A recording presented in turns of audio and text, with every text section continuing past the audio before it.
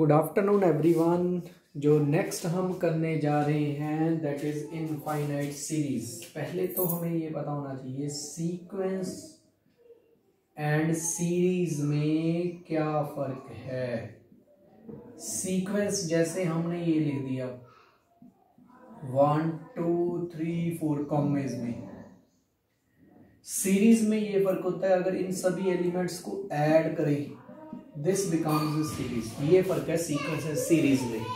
ठीक है, सीक्वेंस में जो टर्म्स हैं दिस इज द सीक्वेंस, या इसको ऐसे लिख सकते हैं दिस इज द सीक्वेंस। ये फर्स्ट टर्म है, ये सेकेंड टर्म है, ये थर्ड टर्म है, दिस इज द सीक्वेंस। और सीरीज को ऐसे लिखेंगे A1, this is our series. इसको ऐसे भी रिप्रेजेंट कर सकते हैं।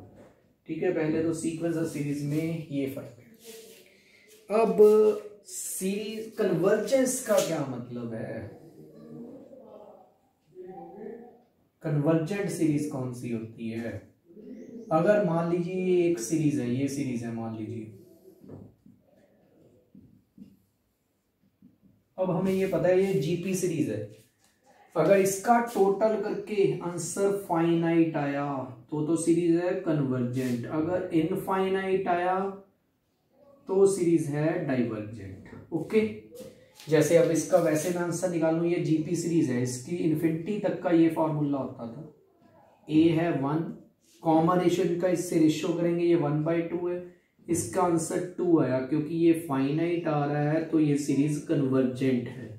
पहले तो ये मतलब पता होना चाहिए कि कन्वर्जेंट डाइवर्जेंट का मतलब क्या होता है। क्लियर है? अब कुछ टेस्ट हैं जी, क्योंकि इसका टोटल करके तो देख नहीं सकते हम। ये भी नहीं हो सकता कि हमेशा सीरीज जीपी हो। तो अलग अलग मेथड्स हैं जिससे हम चेक करेंगे कि सीरीज कन्वर्जेंट है या डाइवर्जेंट है। ठीक है, देखें।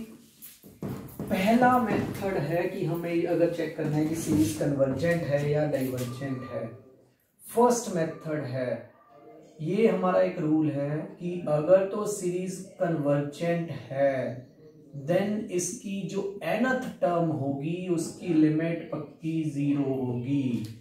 मींस दैट इज, अगर ये कह सकते हैं अगर इसकी nth टर्म की लिमिट 0 नहीं है देन गिवन सीरीज जो है वो डाइवर्जेंट होगी। ये पहला रूल है। सपोज कर लीजिए हमारे पास ये क्वेश्चन है, मान लीजिए ये क्वेश्चन है, इसकी कन्वर्जेंस डाइवर्जेंस चेक करनी हो, ये हमारी nth टर्म है।